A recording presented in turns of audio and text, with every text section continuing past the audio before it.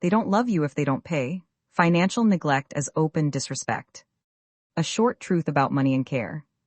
Money is rarely the whole story, but how someone treats shared finances is one of the clearest, least negotiable signals of care and responsibility.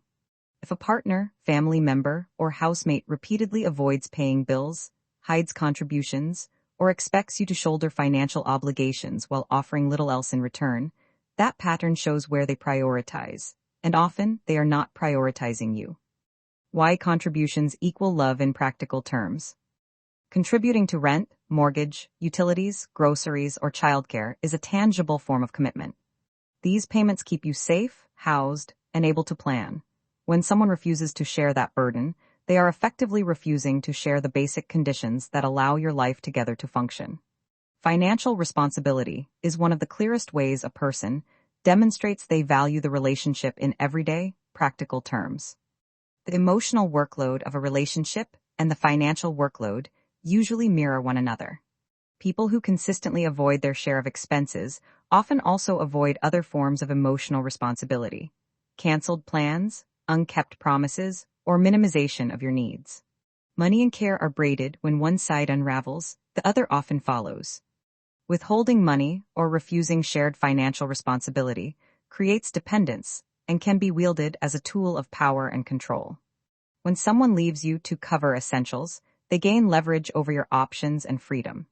That imbalance is rarely accidental. It shifts decision-making power and forces you to adapt to someone else's priorities rather than your shared ones. Financial behavior reveals values. If a person repeatedly refuses to share costs, it signals a mismatch in what you both consider important. Over time, that mismatch becomes a clear metric for whether the relationship is built on mutual responsibility or on one person's convenience. Respect and open disrespect through money. Respect shows up in visible, day-to-day acts. Paying your share, bringing receipts, and being accountable for agreed contributions are all ways of saying, I see you, I value your security. When someone meets those basic obligations, they aren't merely handling logistics. They are treating the relationship as a mutual project that deserves their time and follow through. Not paying your fair share is not a neutral omission. It is a direct form of disrespect. Repeatedly missing payments, ignoring agreements, or offering a stream of excuses without real change communicates that the other person finds your stability optional. That behavior devalues your time, labor, and emotional safety, and it is precisely an expression of disrespect because it prioritizes the offender's convenience over your well-being. Intent matters less than pattern. Someone can mean well and still be disrespectful if their good intentions never translate into action. Promises without follow-through are a type of emotional erosion. Each unkept commitment chips away at trust until the relationship's moral foundation is compromised. The emotional consequences of this kind of disrespect are profound. Financial neglect sends the message that your needs are secondary and that your security can be sacrificed for the other person's short-term ease. That message corrodes self-worth, fosters chronic anxiety, and breeds resentment that colors every interaction. Asking for fair contributions is an act of boundary setting and a demand for reciprocity. Boundaries about money are not controlling, they are requests for mutual respect. When those boundaries are ignored, the other person has chosen not to participate in a partnership's reciprocal responsibilities. The mental and emotional toll of shouldering the financial burden. Carrying the full weight of household finances creates a constant low-level stress that becomes high intensity over time. You wake up calculating due dates, juggling payment timing, and anticipating shortages. That planning consumes mental bandwidth that could otherwise go toward work, self-care, or relationship building. Chronic financial vigilance reduces cognitive capacity, making it harder to think creatively, regulate emotions, or stay present. Emotionally, being the sole provider breeds isolation and a sense of being taken for granted. You may feel angry, resentful, or ashamed. Shame because you're financially responsible while someone else isn't. Anger because your labor is invisible. And loneliness because the person you live with or love is absent on the most basic terms of partnership. Those feelings are valid and illuminating. They point directly to a relationship imbalance that undermines safety and dignity. Physical symptoms often follow. Sleep becomes fragmented, Aches and tension increase, and decision fatigue sets in.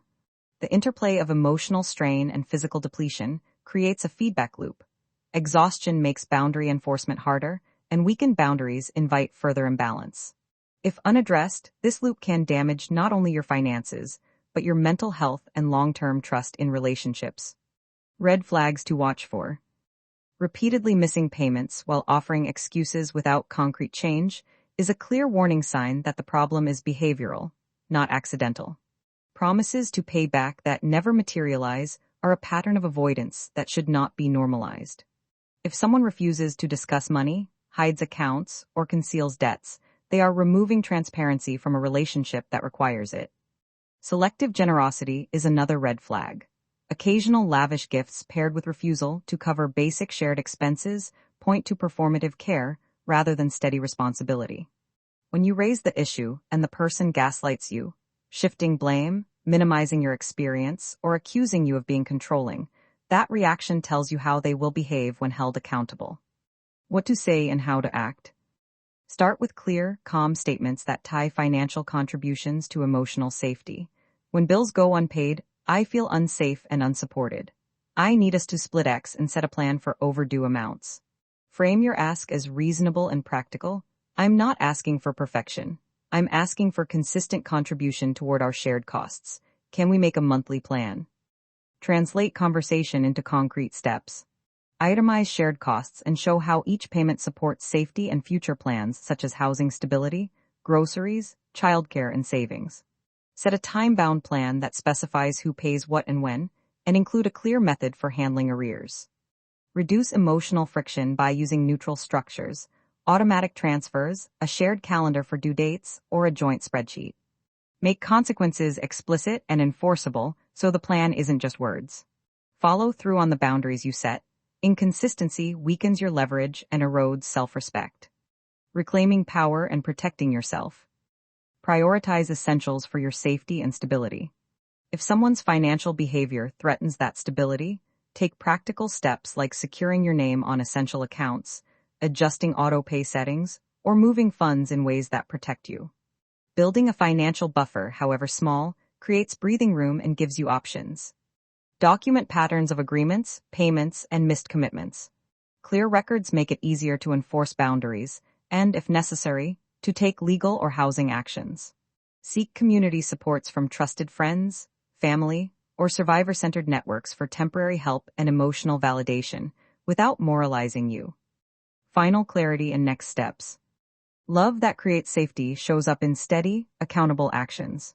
If someone won't share financial responsibility, you are not being unreasonable to read that as a lack of care or partnership. Name the pattern, set a clear plan with enforceable consequences, secure your essentials, and get support. If they change, rebuild slowly and watch for sustained reliability. If they don't, choose the option that protects your dignity, security, and future.